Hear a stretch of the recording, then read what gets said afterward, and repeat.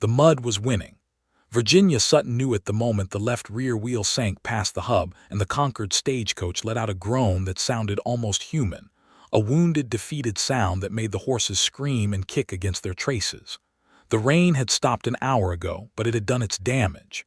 The low crossing on Bitter Creek Road had turned to a soup of dark red clay, and now the coach sat tilted at a savage angle, half buried, going nowhere. Nobody move. The driver, a weathered man named Holt, bellowed from the box. "You'll tip her." Virginia was already moving. She had the door open before the other passengers had finished exchanging their nervous glances. There were 4 of them inside that coach. A heavy-set merchant from Denver who was sweating through his collar, a preacher's wife clutching a Bible against her chest as though it were a life preserver, a young land speculator who had not stopped talking about silver deposits since Pueblo and Virginia. She stepped out into the mud without hesitation, and it swallowed her boot to the ankle with a sucking, possessive sound. She did not flinch. "Ma'am, get back inside," Holt shouted. "This ain't no place for a." "If you finish that sentence," Virginia said, and her voice was quiet but carried the particular edge of a woman who has had that sentence finished at her too many times to count, "I will leave you here in this mud and walk to Durango myself." Holt shut his mouth. She was already studying the wheel, the angle of the axle, the way the clay had packed around the undercarriage. Her dark eyes moved quickly, calculating.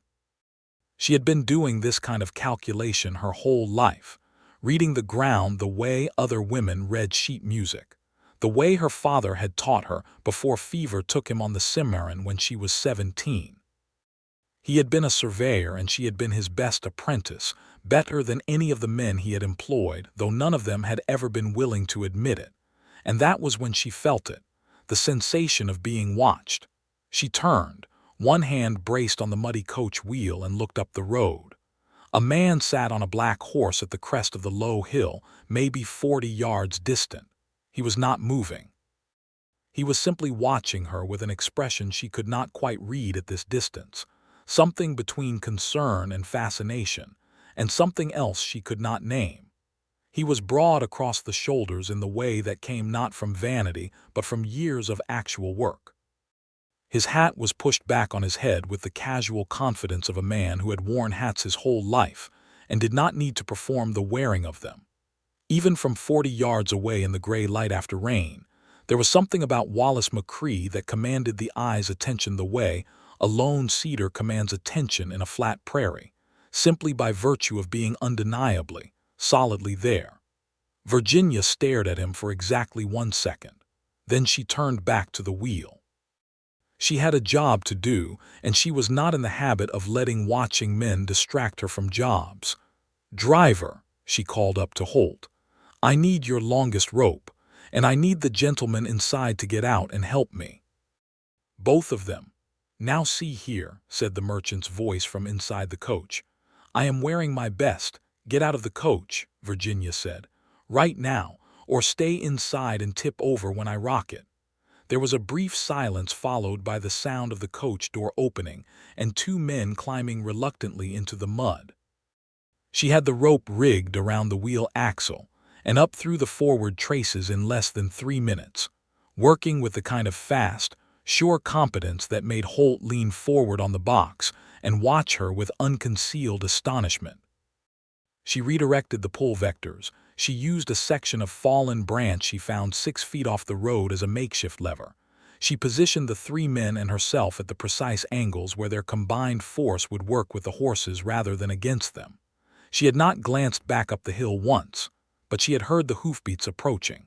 He came at a walk, Wallace McCrae on his black horse, and he stopped just at the edge of the mud. He watched her rig the rope. He watched her position the men. He watched her take her place at the rear wheel with her shoulder against the spoke, and her boots planted in the mud at an angle that would give her maximum leverage. He said nothing for a long moment. Then he said, "You've done this before." It was not a question. His voice was deep and unhurried, the voice of a man who had learned that words carried more weight when you used fewer of them. Virginia did not look at him. She was focused on the rope, on the tension building in the lines, on the angle of the wheel. "Once or twice," she said. "You want another pair of hands." Now she looked at him. Full on, direct. The way that made most men look away because they were not accustomed to a woman looking at them, as though she was deciding whether they met her requirements rather than the other way around.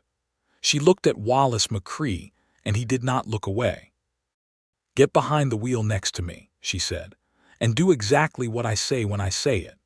He was off his horse and in the mud beside her in the time it took her to turn back to the rope. 3 years before this moment, Virginia Sutton had been sitting in an office in St. Louis, arguing with a partner who had stolen her survey maps and her clients and left her with nothing but a reputation for being difficult. 2 years before this moment, she had rebuilt everything from scratch, working contracts in Kansas and Colorado that no male surveyor wanted because they were considered too remote, too dangerous, too uncertain.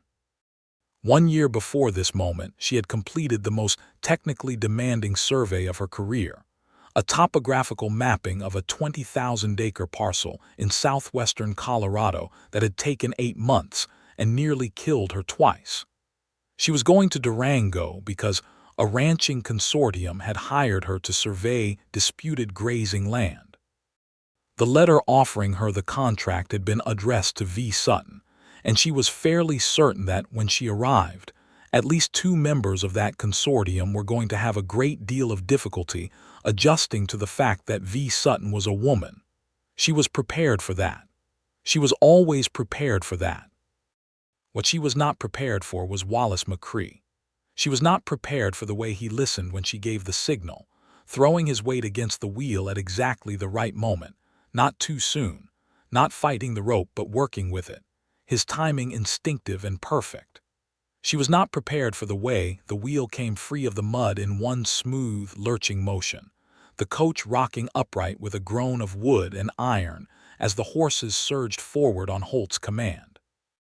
She was not prepared for the sound of the other men cheering and Holt letting out a whoop from the box. And she was absolutely not prepared for the way Wallace McCrae looked at her in the aftermath, standing there with red mud on his boots and his shirt cuffs, breathing hard, and his expression was one she had almost never seen on a man's face when he was looking at her. Pure, unguarded respect, not the grudging acknowledgement of a man who had expected to prove her wrong and failed, not the patronizing approval of a man who thought he was giving her something by noticing her competence. Just respect. Clean and simple, the kind that did not come with conditions attached. That was something, he said. Was physics, she said, because she did not know what else to do with respect that came at her that cleanly. He almost smiled, almost. One corner of his mouth moved. "I know what physics is," he said. "My point stands." The other passengers were climbing back into the coach, the merchant muttering about his trousers, the speculator already back to talking about silver deposits. The preacher's wife leaned out of the coach door and said, in a tone of genuine wonder, "Young lady, that was extraordinary." "Thank you," Virginia said, and then she did something she rarely did in front of strangers. She smiled. Not the careful, controlled smile she used in professional situations, but a real one, sudden and bright, that transformed her face from merely striking to something that made Wallace McCrae take a short, quiet breath and look at her a half-second longer than necessary. "Ma'am," he touched the brim of his hat. "Wallace McCrae. I run the Double Creek Ranch about 6 miles east of here. You need anything on the road to Durango, you can ask for me." "Virginia Sutton," she said. "I am a surveyor. I am going to Durango on a professional contract." She watched for the flicker. Every man she had ever introduced herself to in that way showed a flicker, that tiny moment of rearrangement where they processed the information and decided how they felt about it. Most of the time, the flicker was followed by a visible effort to be polite about their actual opinion. Wallace McCrae did not flicker. He said, "Durango's got good survey work these days. Lot of disputed land with the new grazing leases." He paused. "The Double Creek parcel is one of them." Virginia went very still. "What consortium?" she asked. He looked at her steadily.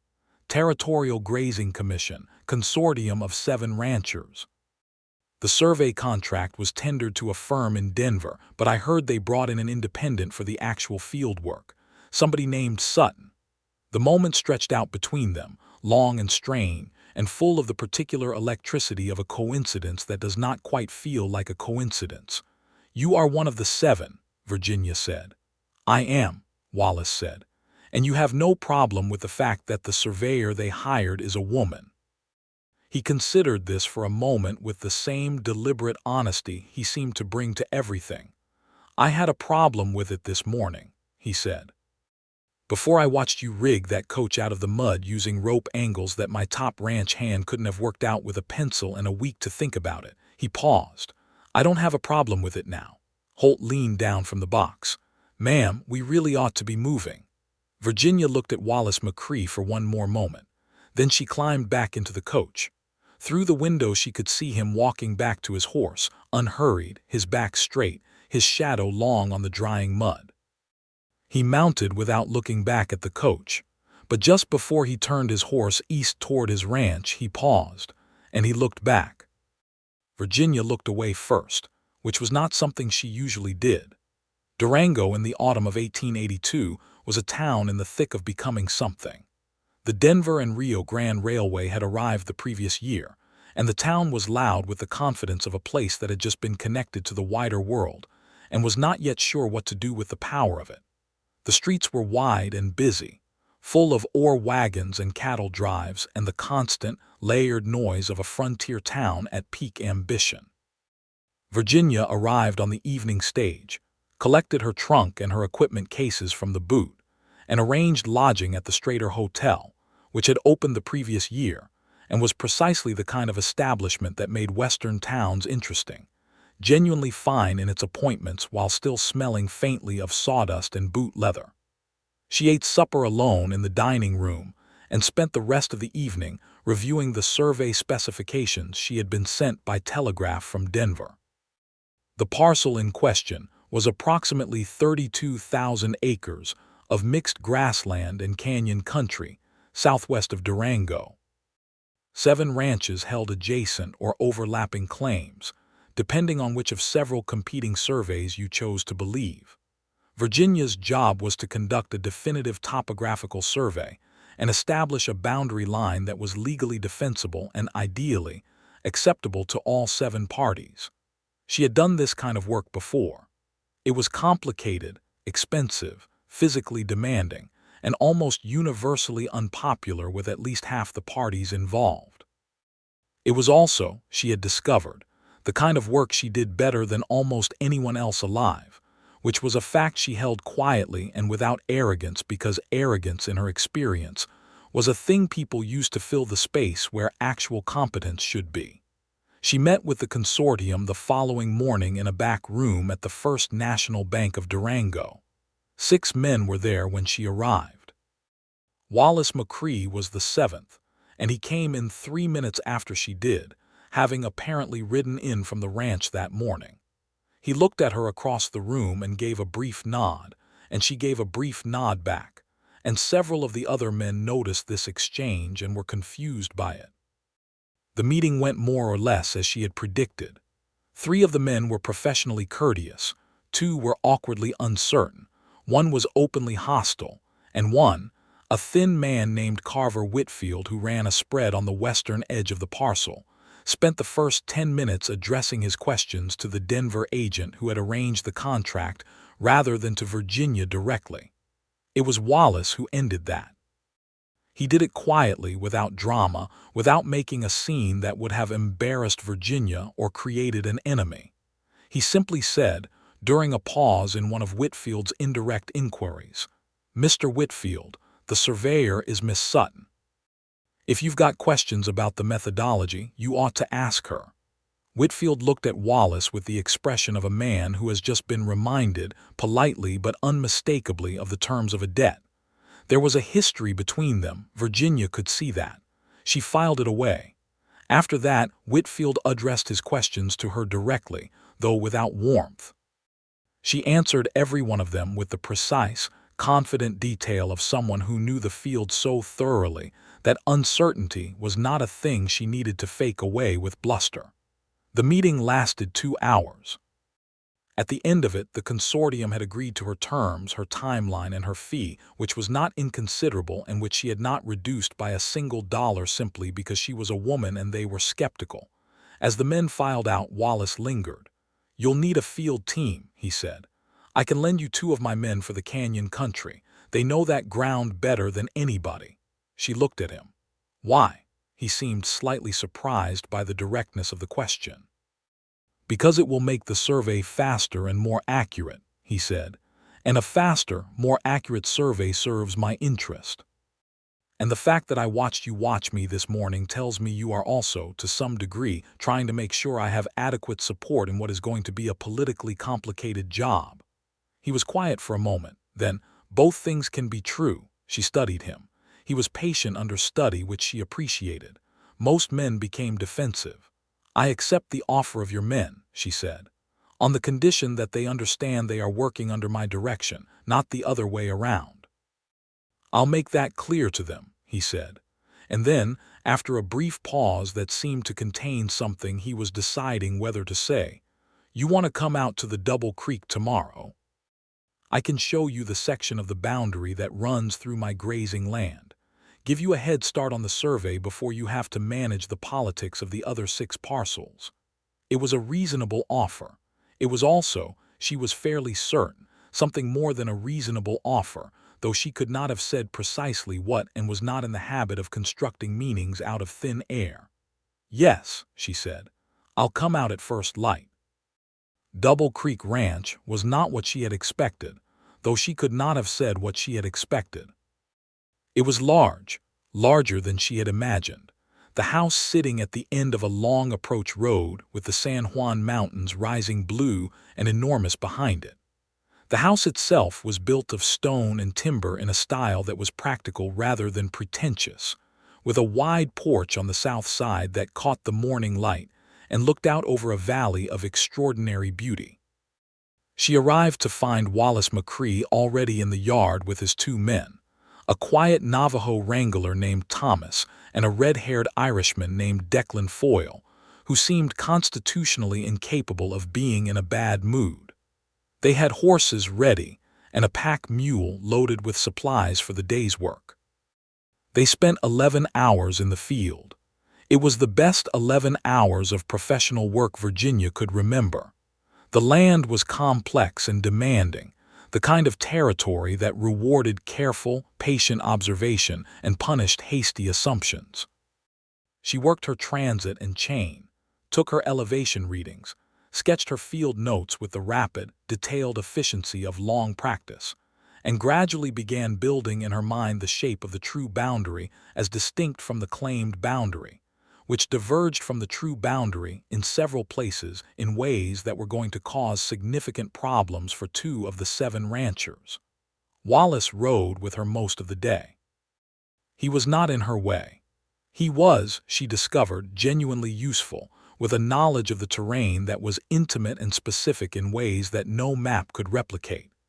He could tell her where the creek ran in spring flood versus late summer, where the soil changed character beneath the grass, where the canyon walls would be passable, and where they would not.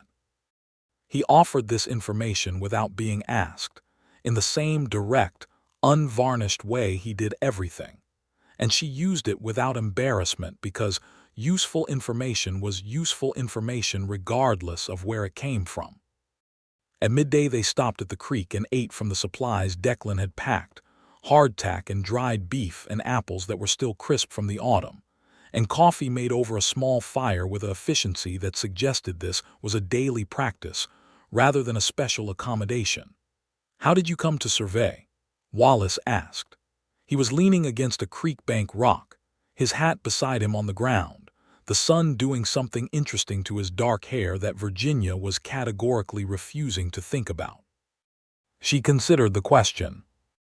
She did not usually tell this story to people she was in a professional relationship with, because the story tended to make them feel either pitying or uncomfortable, and she disliked both reactions.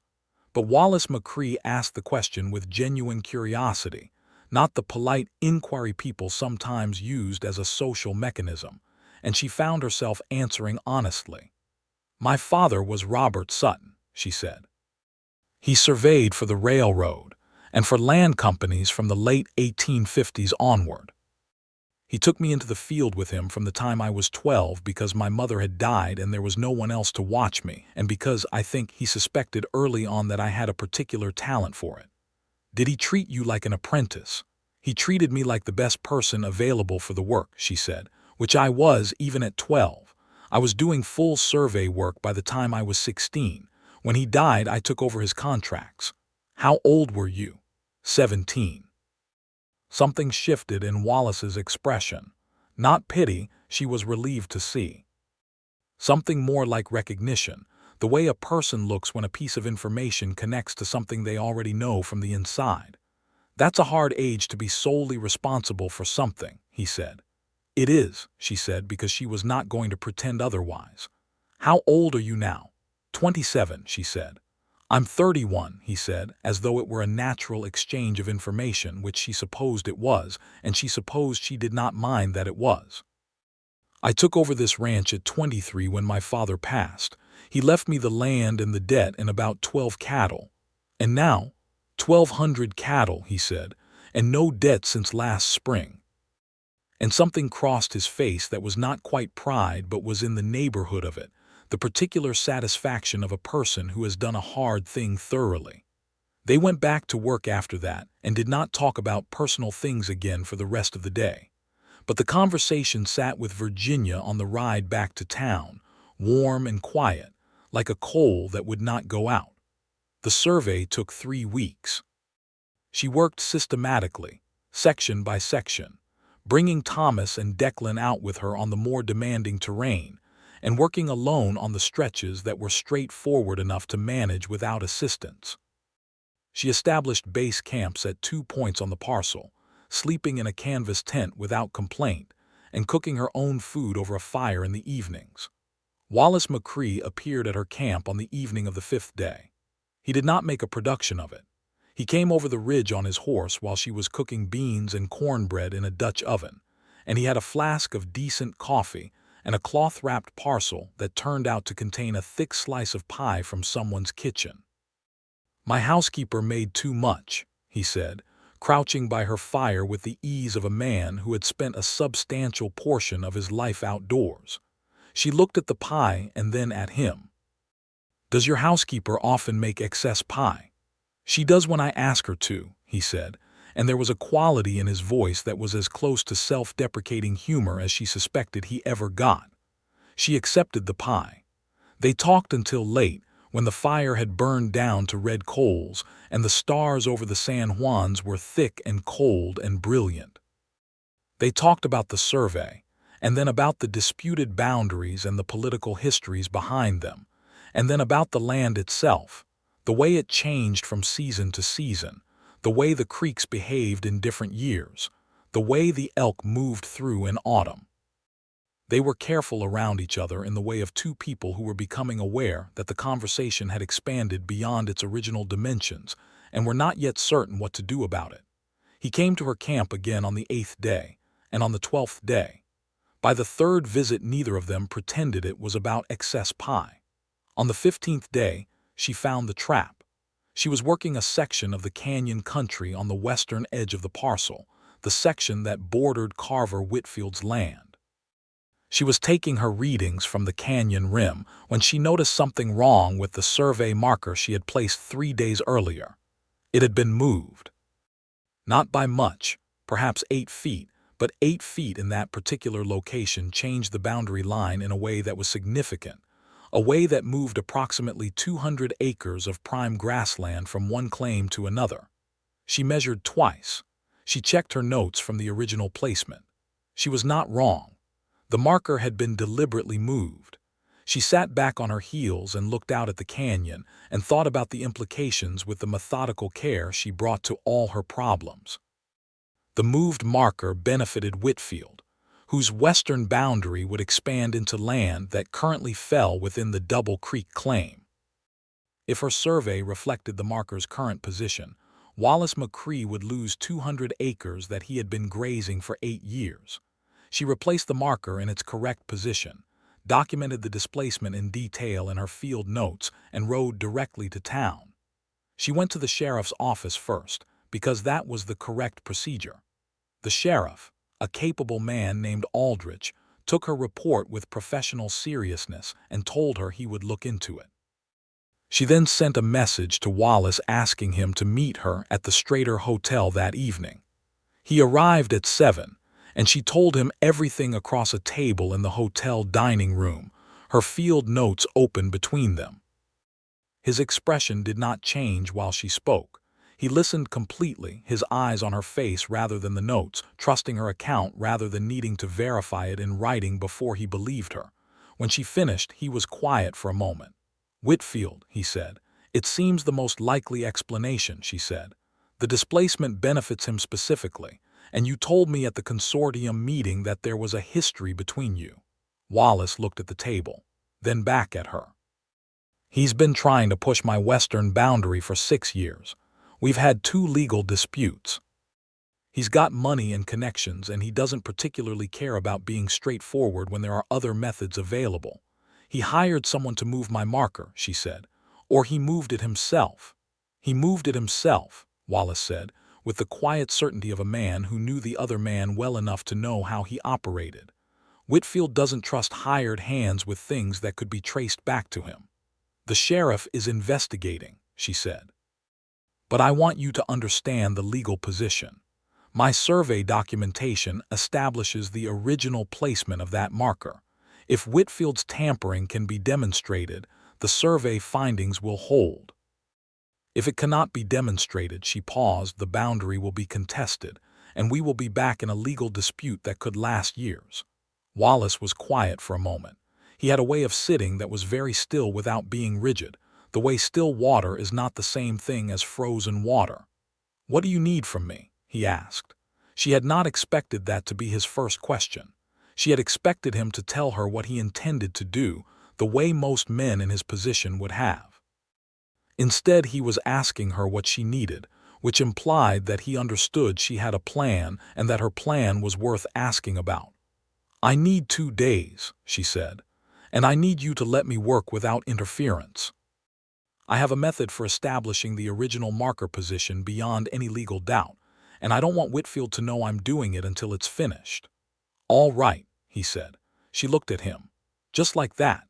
"You've given me no reason to doubt your judgment," he said simply. Virginia Sutton had worked in a professional world that had given her every reason to expect pushback, second-guessing, and interference from men who did not believe her competence was real. She had spent 10 years developing the patience and the armor to deal with that. She did not know what to do with a man who simply believed her. She looked down at her field notes to collect herself. "I'll have the preliminary survey report ready within a week," she said in her professional voice, the one that kept her feelings organized and out of the way of her work. "Virginia," he said. It was the first time he had used her first name, not Miss Sutton. "Virginia." She looked up. He was looking at her with the same directness he always used, but there was something else in it now, something that was not about the survey at all.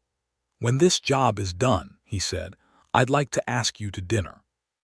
Not in a professional capacity. The dining room of the Strater Hotel was very quiet at this moment. "You should know," she said carefully, "that I am going back to Denver after the survey is complete. My work takes me wherever the contracts are. I don't stay in one place." "I know that," he said. "I'm asking you to dinner not to change your life." She looked at him for a long time. He bore the looking without discomfort. "Yes," she said, "when the job is done." The next 2 days were the most technically demanding of the survey. Virginia was executing a triangulation from 3 fixed points, using elevation readings and angle measurements to reconstruct the original placement of every marker on the disputed section, with mathematical precision that did not depend on the physical marker's presence at all. It was the kind of survey work that most practitioners could not have done, and that no layperson would have understood, which was exactly why it was her preferred method when evidence needed to be legally ironclad.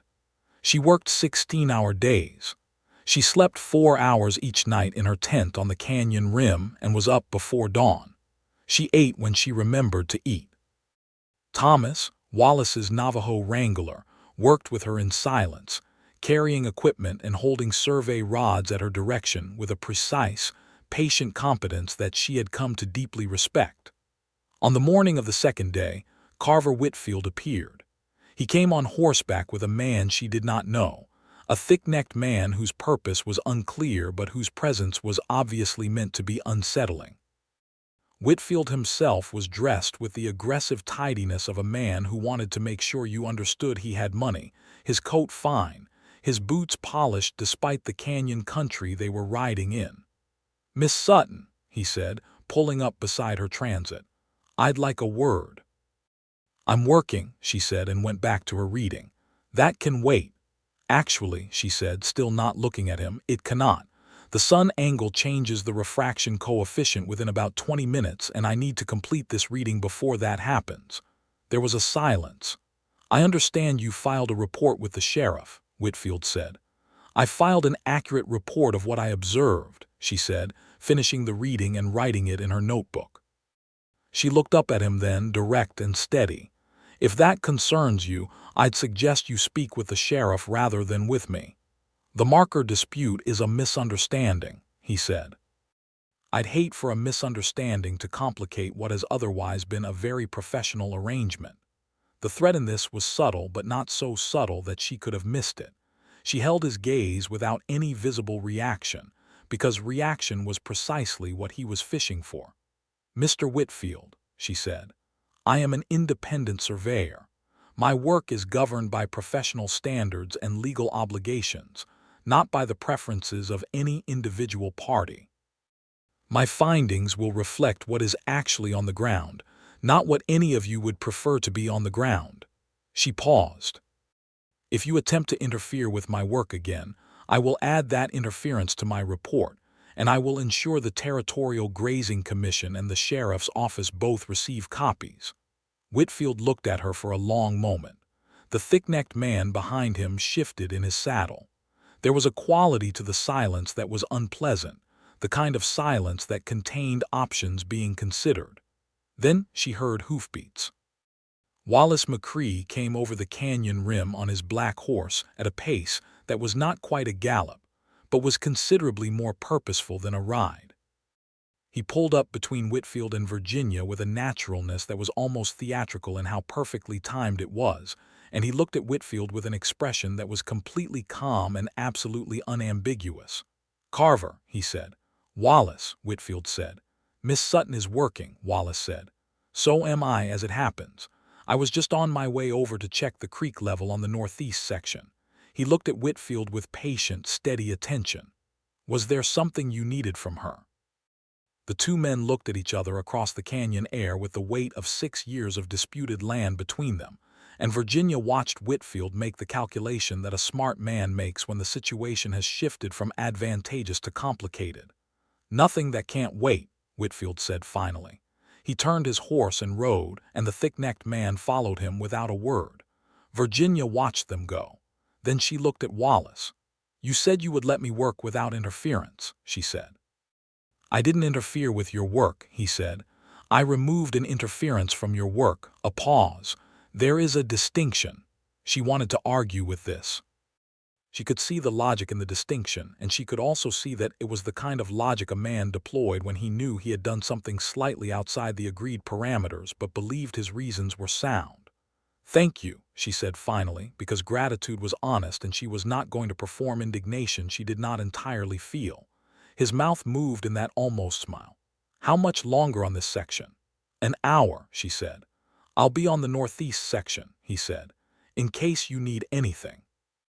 He turned the horse and rode, and she went back to her transit. She finished the triangulation survey that afternoon. The mathematics were unambiguous. She could place every marker's original position to within a foot, and the documentation would hold up in any court in the territory. The boundary line was clear. 200 acres that Whitfield had tried to claim were solidly, irrefutably part of the Double Creek Ranch. Sheriff Aldrich, following up on his investigation, found boot prints near the disputed marker site that matched a specific pattern. He could not legally prove Whitfield had made them, but Whitfield knew he knew, and that knowledge, combined with the mathematical certainty of Virginia's survey, was enough to make any further legal challenge a losing proposition. Whitfield withdrew his objection to the boundary within 3 days and did not speak publicly about the survey after that. The full survey report took Virginia 4 more days to compile. She worked in her hotel room at the Strater, surrounded by field notes and calculation sheets and topographical sketches, building the document with the care and precision it deserved. It was, she knew, the best survey work she had ever produced. The land was complicated and beautiful, and she had understood it, truly understood it, in the way she understood all the land she worked, as a thing with its own logic and integrity that deserved to be known accurately. She delivered the report to the consortium on a Wednesday morning. She presented it herself, standing at the head of the table in the bank's back room, and she walked 6 of the 7 ranchers through the findings with the patient, thorough clarity of a teacher who respected her students enough to give them the full picture. Whitfield sat through the entire presentation without speaking. When it was done, he stood, nodded once at no one in particular, and left without comment. The other 5 thanked her with varying degrees of warmth. One of them, an elderly rancher named Gus Pemberton, who had been notably gracious from the beginning, stood up and shook her hand and said, "Miss Sutton, I have hired 7 surveyors in the course of my life, and not one of them did work as thorough as what you've done here. I intend to say so publicly." She thanked him. She looked at Wallace last. He was the only one still sitting.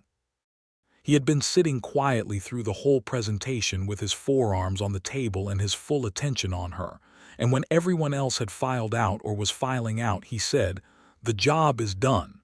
"Yes," she said. "Dinner tonight?" "Yes," she said. They went to a restaurant on Main Street that was better than it had any right to be, with white tablecloths and actual wine from California, and a menu that featured things like roasted duck and fresh vegetables that had come in on the railway. Virginia wore the best dress she had brought with her, a dark green wool that she had bought in Denver because she occasionally needed a dress, and had bought the best one available because she did not believe in having things that were not the best she could afford.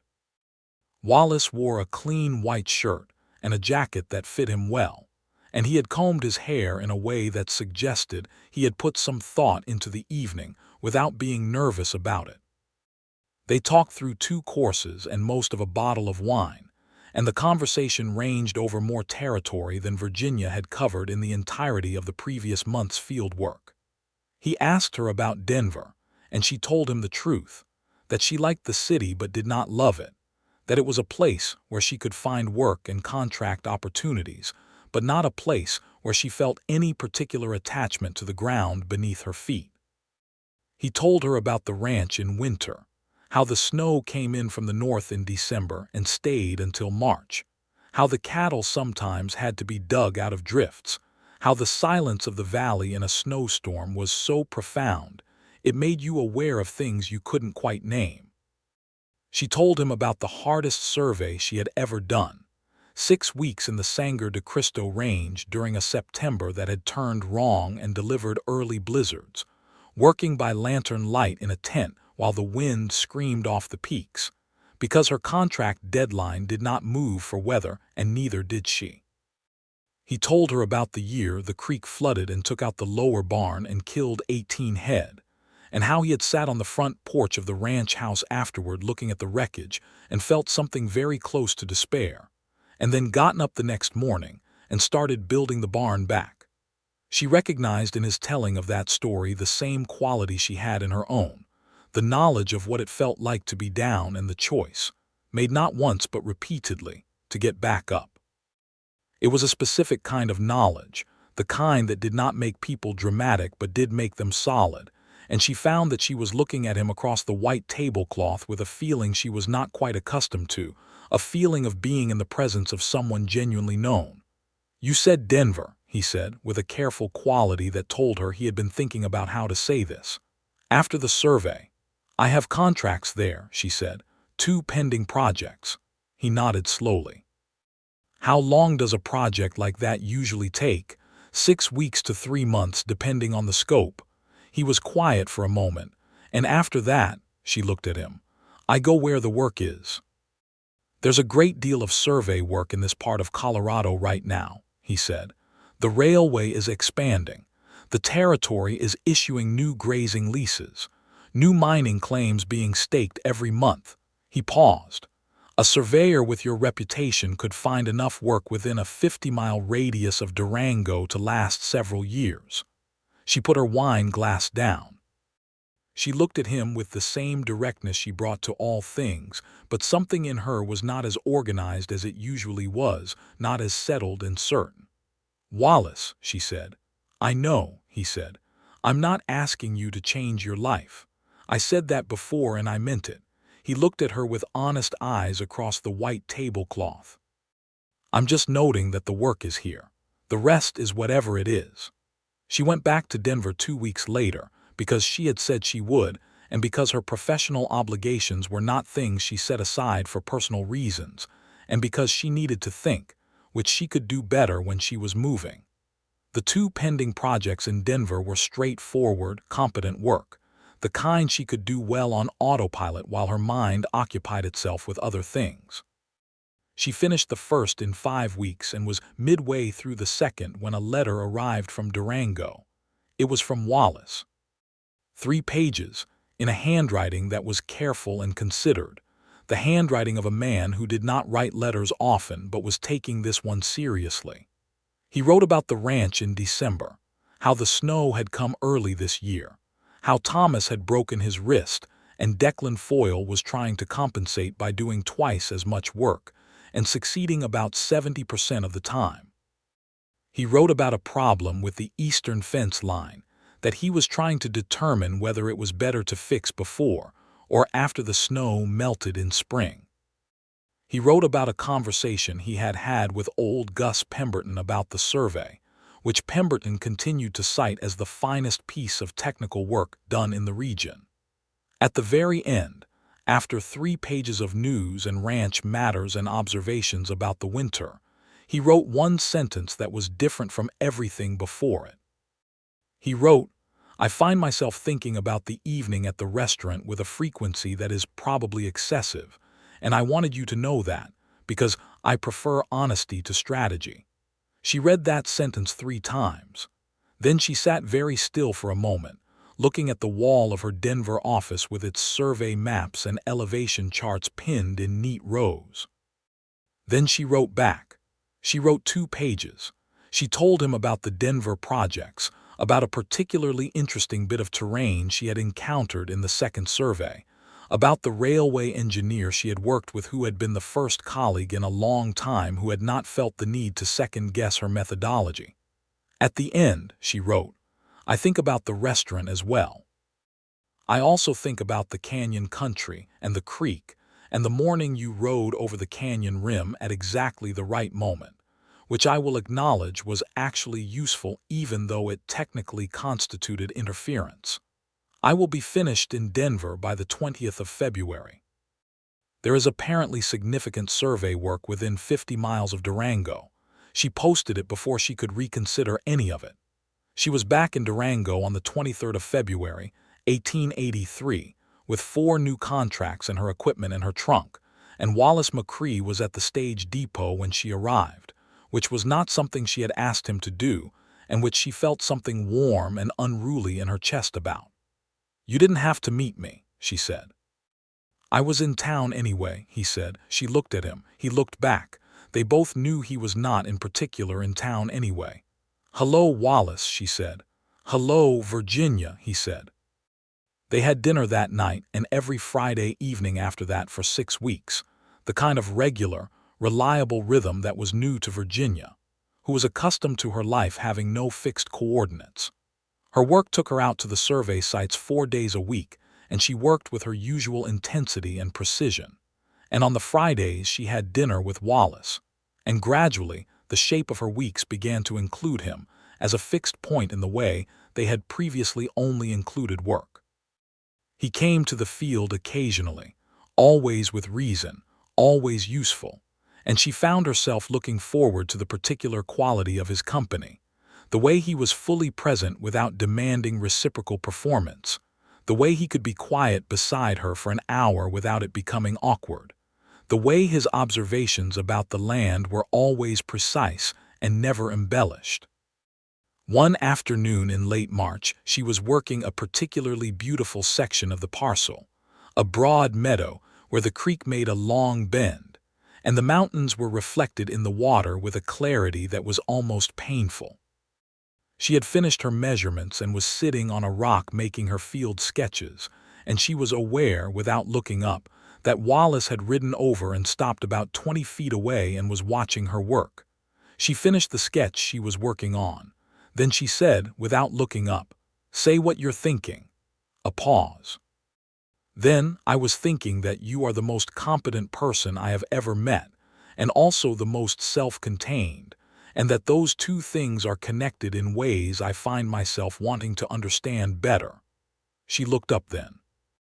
He was on his horse, his hat casting a line of shadow across his face, and he was looking at her with something she had been watching grow in him over weeks of Friday evenings and field visits and letters, something she had been carefully not naming because naming it required deciding what to do about it.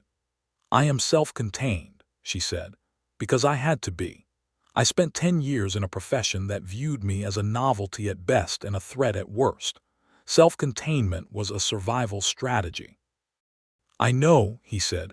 "I'm not criticizing it." He paused. "I'm saying I'd like to be someone you didn't have to contain yourself around." Virginia looked at him for a long time. The creek moved behind her with the sound of early spring, swollen from snowmelt, bright and purposeful. The mountains were blue above the meadow.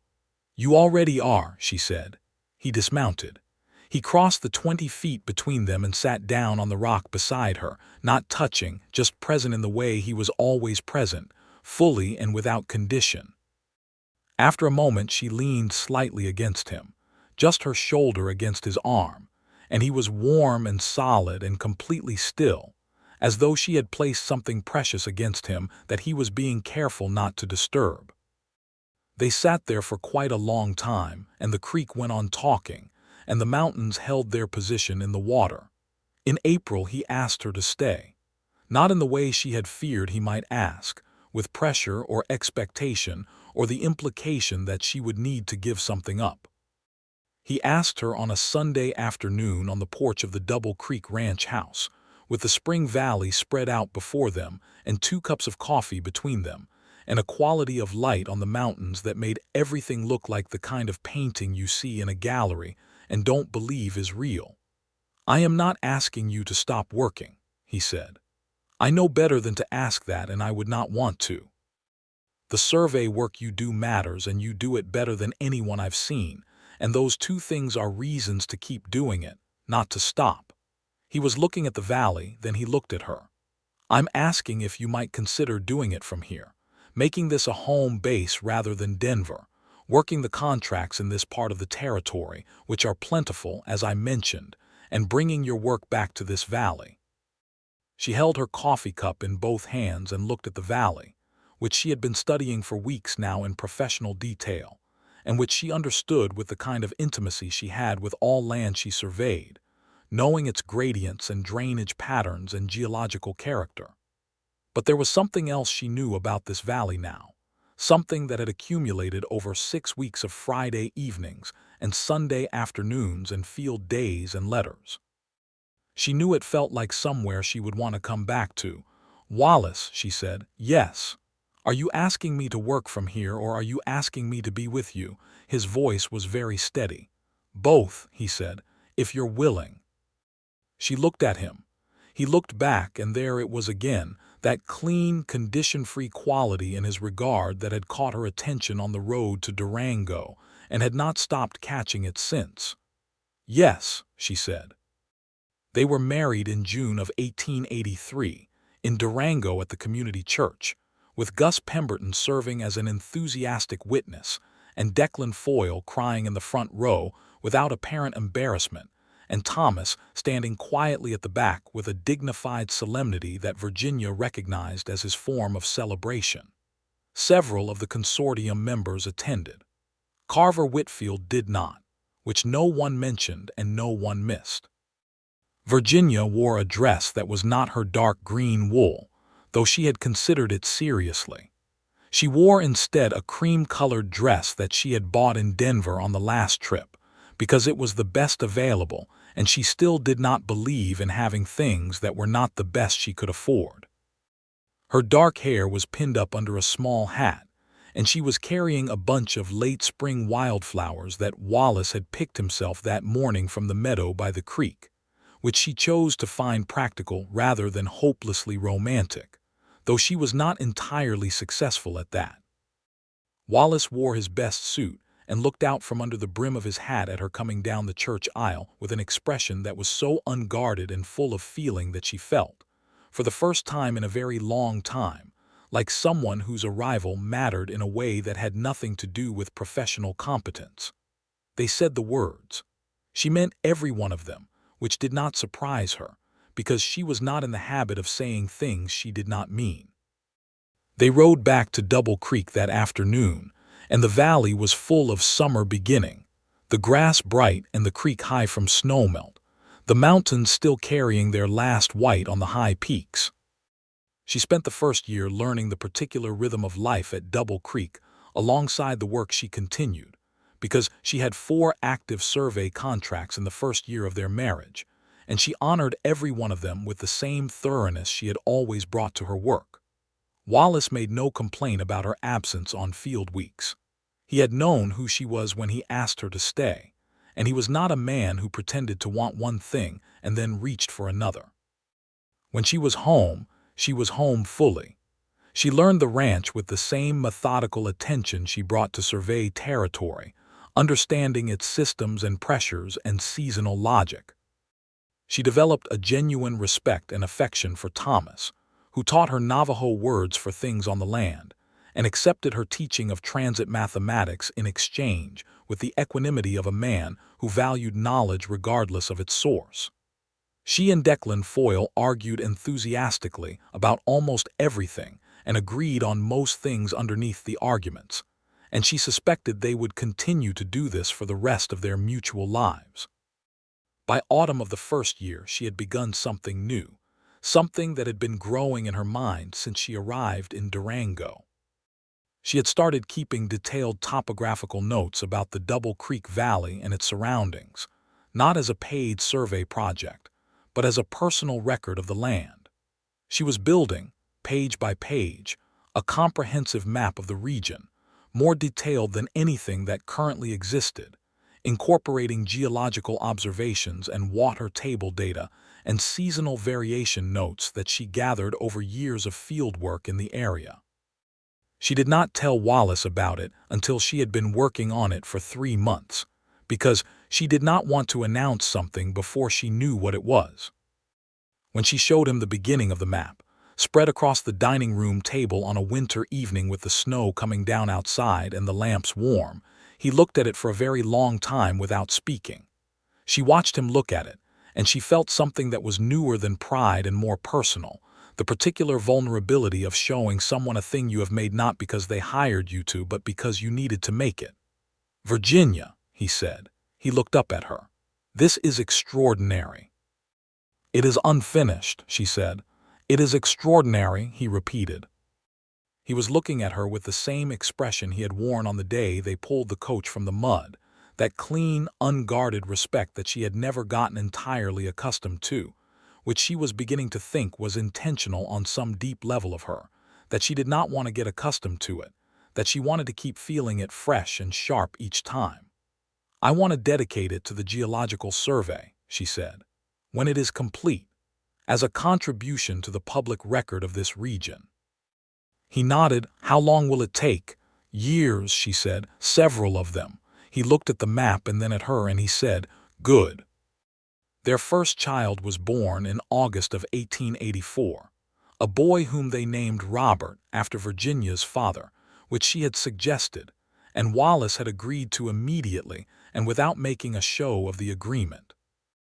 Robert came into the world with the same tenacious energy he would display for the rest of his life, and from his first months on the Double Creek Ranch, he was a child who observed everything with enormous dark eyes that he had from his mother, and said what he thought with a directness he had from both of them.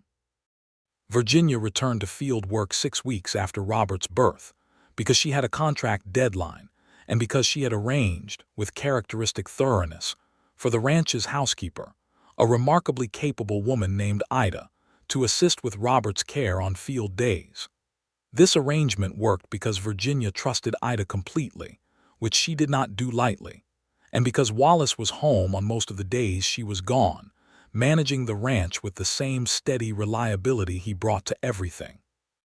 She did not feel guilty about returning to work. She felt like herself, which was what she had promised herself she would always feel, because a mother who was not herself was not actually more present for her children, just more diminished.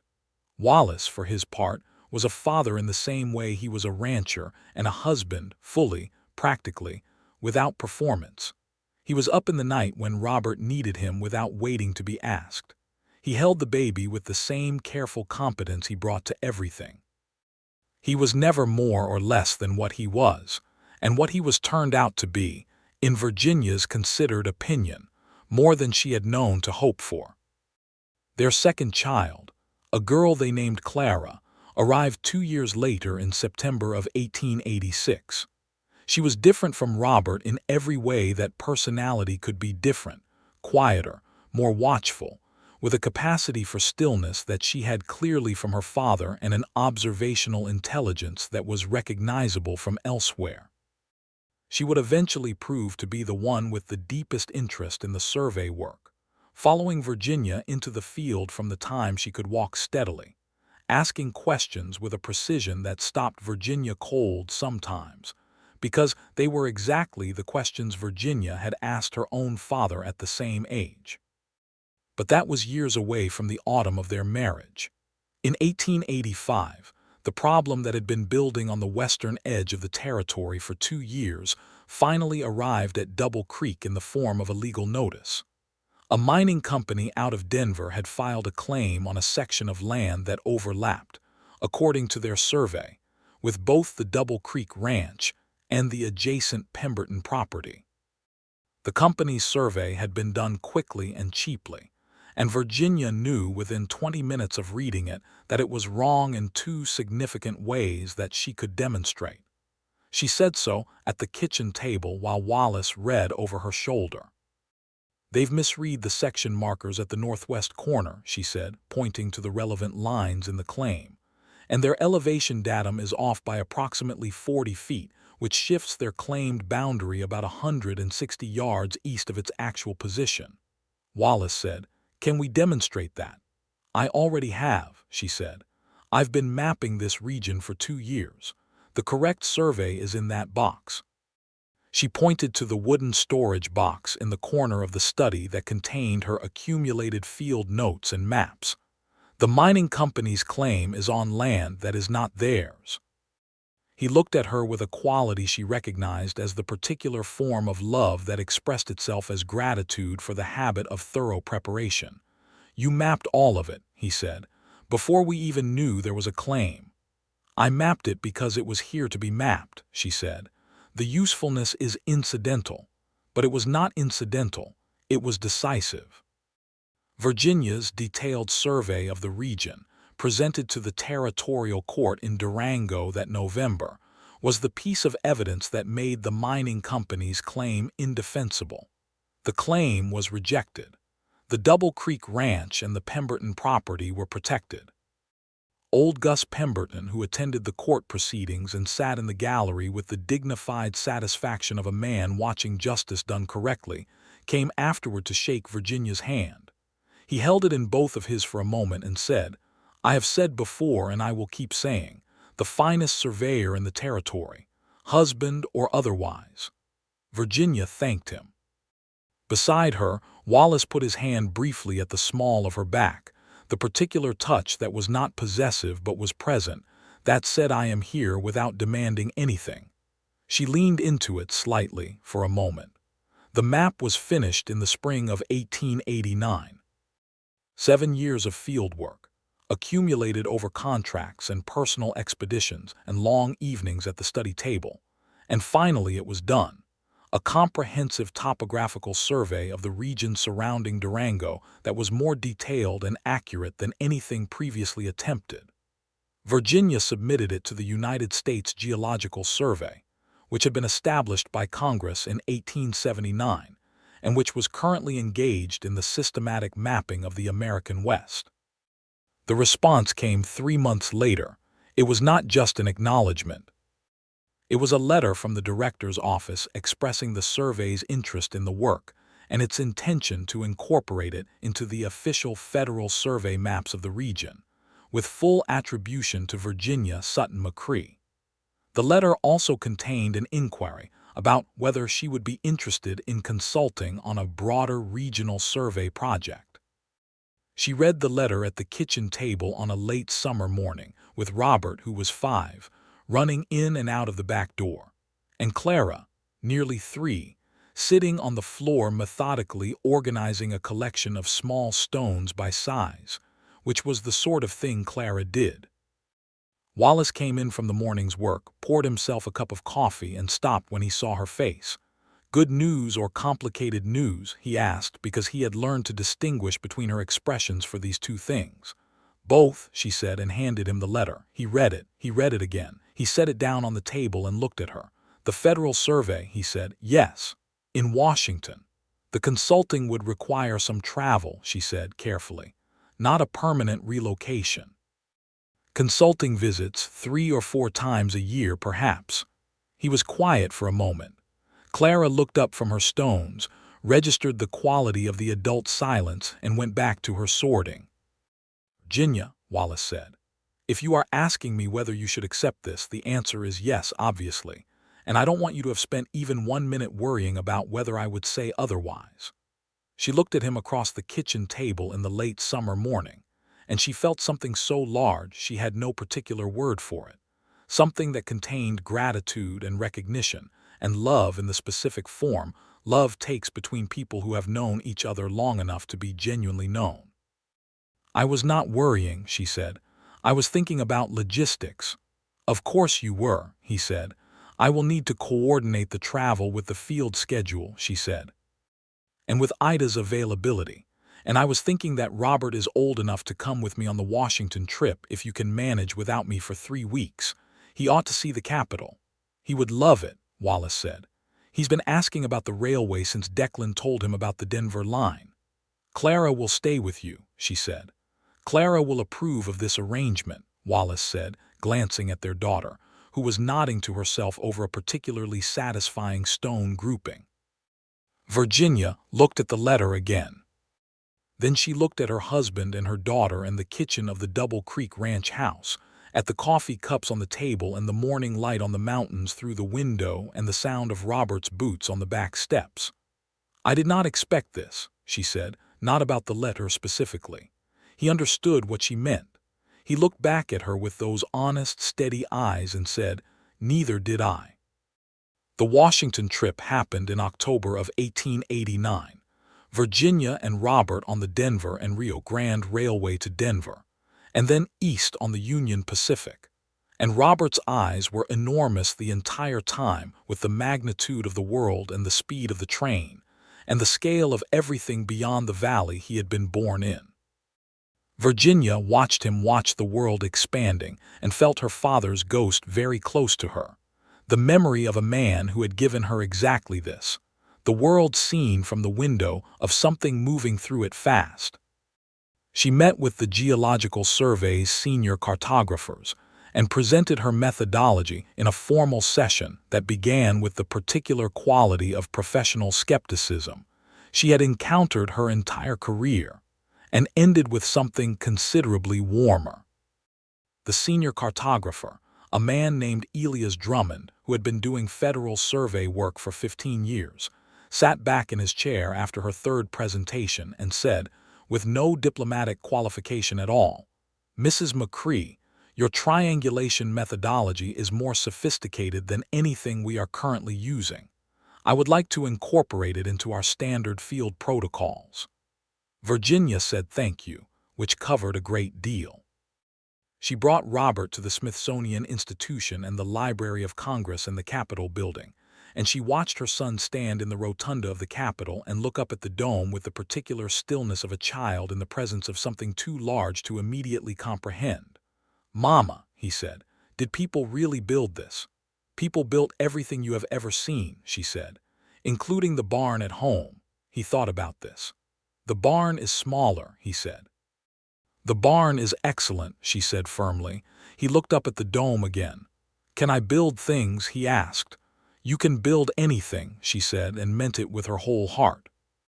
They returned to Durango in November to the particular homecoming of a house that had kept waiting warmly.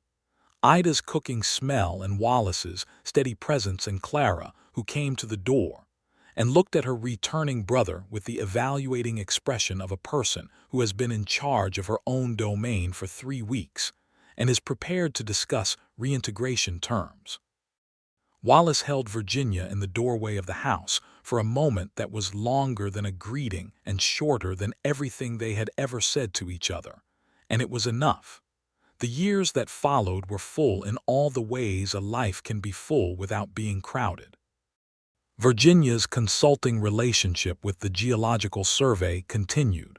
3 or 4 trips to Washington or to other survey sites in the West, and she brought her methodology into federal practice in a way that, by 1892, had demonstrably improved the accuracy of official maps for 3 territories.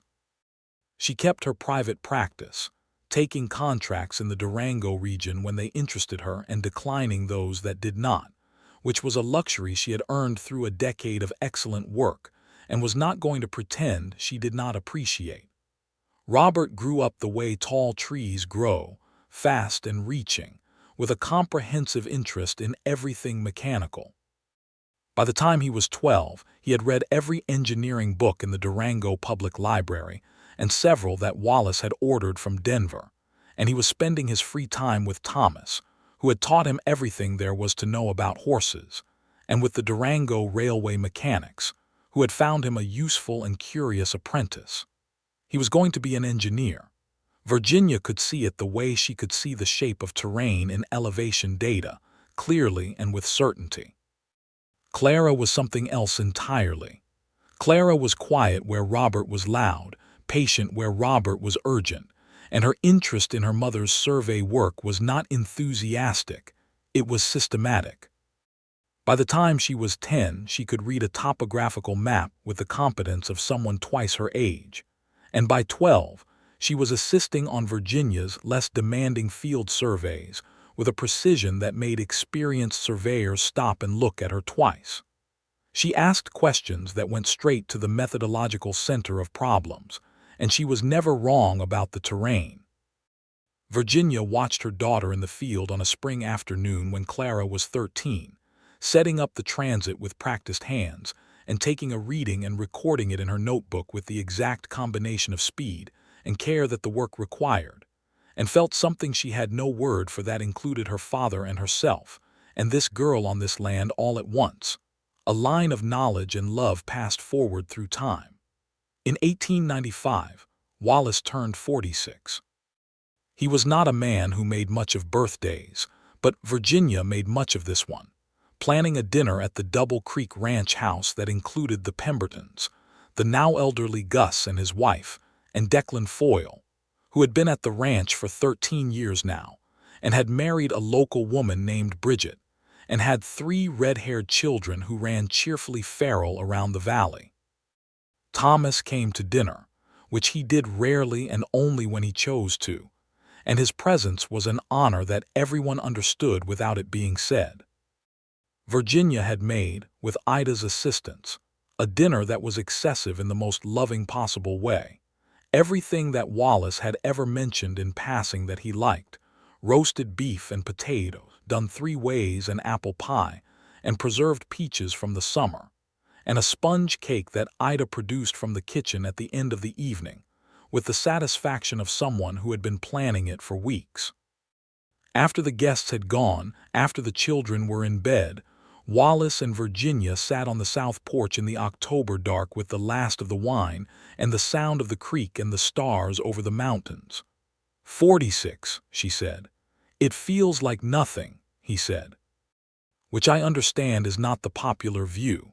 It should feel like 1,200 cattle and no debt in a barn that has never fallen down in 13 years, she said, and 2 children who will be interesting people, and a complete and accurate survey of approximately 64,000 acres of the San Juan country." He looked at her. "That last one is yours, not mine. You were in it," she said, "several times." He reached over and took her hand, which he did sometimes without preamble or announcement, simply because it was there and because he wanted to. She turned her palm to his and felt the particular warmth and weight of his hand, which she knew as well as she knew any piece of ground she had ever worked. "I would like to tell you something," he said. "Yes. I have thought, from the day you stepped out of that coach into the mud on the Bitter Creek Road, that you were the most extraordinary person I had ever encountered. Every day since then has confirmed and expanded that opinion." He paused. "I am not sure I have said that clearly before." She looked at the mountains in the dark, the places where starlight defined their ridgelines. "You have said it," she said. "Not always in words, but I have heard it." He was quiet. "Then I am glad. I would like to tell you something as well," she said. "Yes. I stepped out of that coach because the situation required it," she said. "I was watching from the corner of my eye while I worked the rope and the lever and the wheel because I was aware of you, which was not convenient at the time because I needed to concentrate." She paused. "I was aware of you the way you are aware of something that is going to be important before you understand why." He turned his head to look at her. "I have spent my entire life," she said, "being capable and self-contained and managing whatever was in front of me, and not expecting that another person would appear who would not diminish me by the fact of being present. And then you were on that hill watching me rig the coach from the mud with the expression of a man who was not diminishing anything." She stopped, continued. "I did not know that was possible in a person. I know it now." He said nothing for a moment. Then he lifted her hand and pressed it briefly to his lips, which was the most he usually went in for in terms of romantic gesture, because he was not a man who performed feeling he actually had, and she loved this about him so particularly that it was sometimes difficult to breathe around. "Good," he said in his quiet voice. They sat on the porch for a long time, listening to the creek and the October wind and the vast, patient silence of the mountains.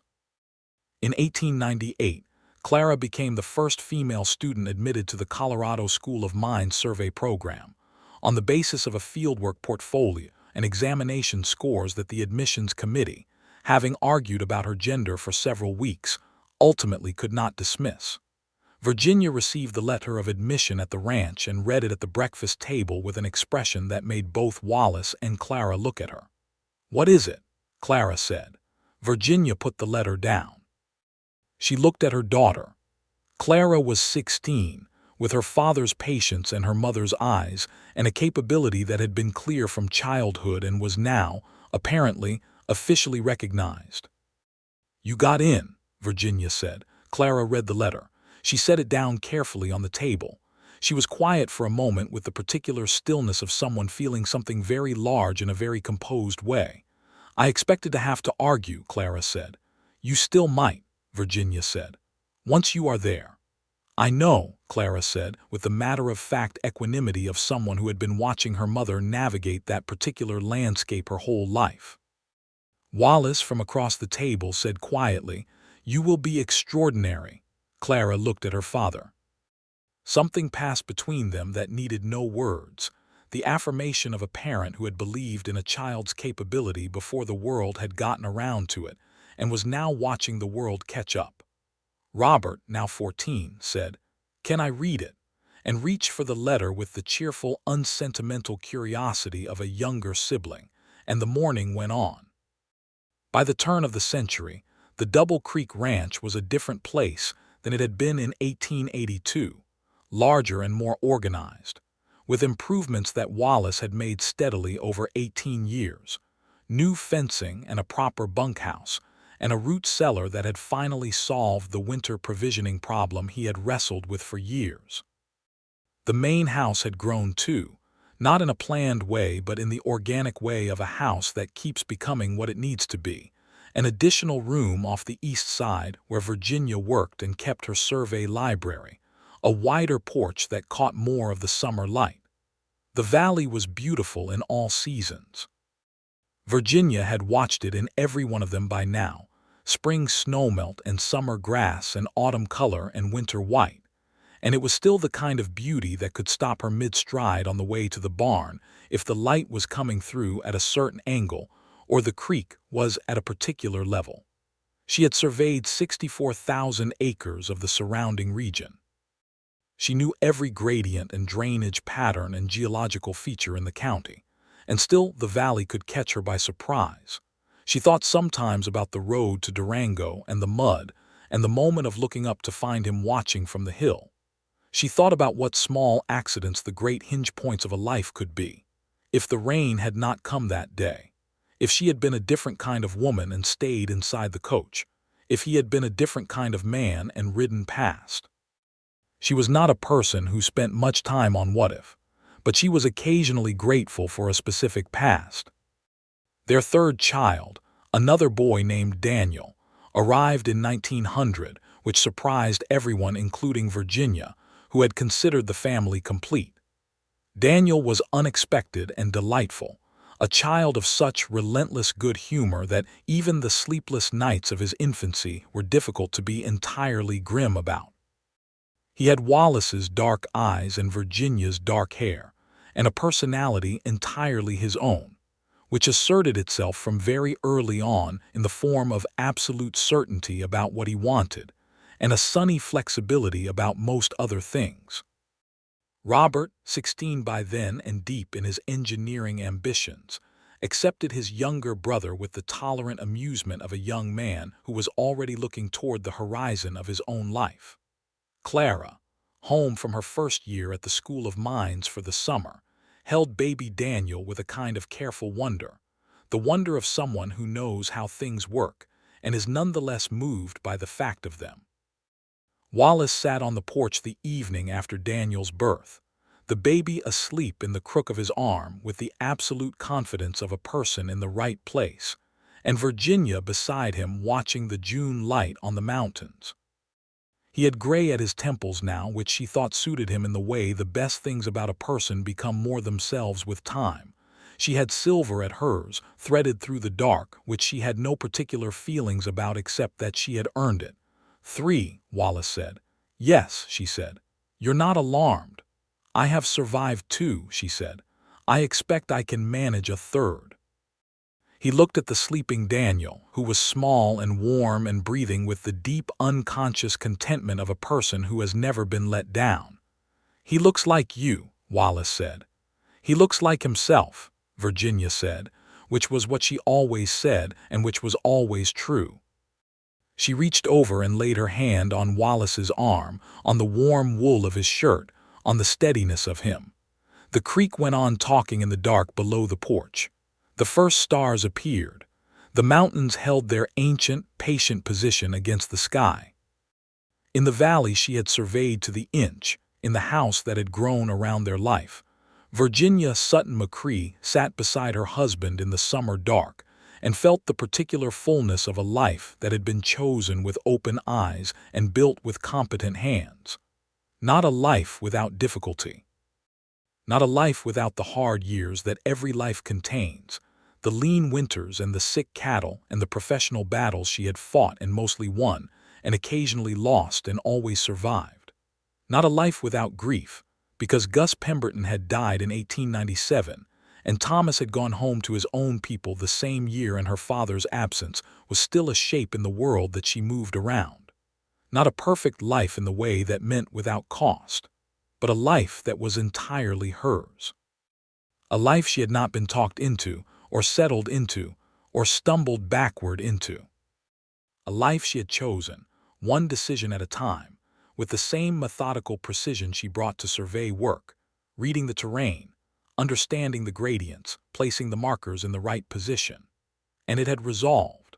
All of it, the disputed boundaries and the moved markers and the professional doubts and the distance between Denver and Durango, and the question of whether a woman who had always been entirely sufficient unto herself could afford to need someone without losing the thing that made her herself. All of it had resolved, not cleanly the way mathematical proofs resolve, but in the messy, complete way of actual things, with remainder and texture and years of evidence. She was here. She had made something real. Baby Daniel sighed in his sleep against his father's arm.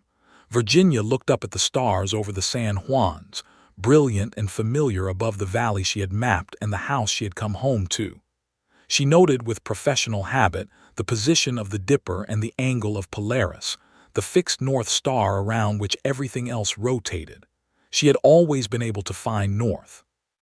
Even on the Bitter Creek road in the mud after rain, even in a decade of St. Louis offices and Kansas contracts and mountain blizzards and professional indignities, she had always been able to find her direction. She had not expected that direction would eventually include the man on the hill. She was very glad that it had. The creek talked on in the dark, old and permanent and unhurried, carrying its cold water down from the mountains toward the river, toward the plains, toward everything past the edge of the valley that was still wide and various and full of things she had not yet mapped. There would be more work. There would always be more work. And she would do it well, as she had always done it. And she would come back here to this valley and this porch and this man with his gray temples and his honest eyes. And the work and the home and the life would be one whole thing, not divided, not compromised, not settled for. Complete. She leaned her head against Wallace McCrae's shoulder, there in the summer dark above the Double Creek Valley, with her son breathing in his father's arms and the stars doing their ancient work overhead, and she felt the full, unhurried weight of a life that had been exactly what she made of it. And it was more than enough. It was everything.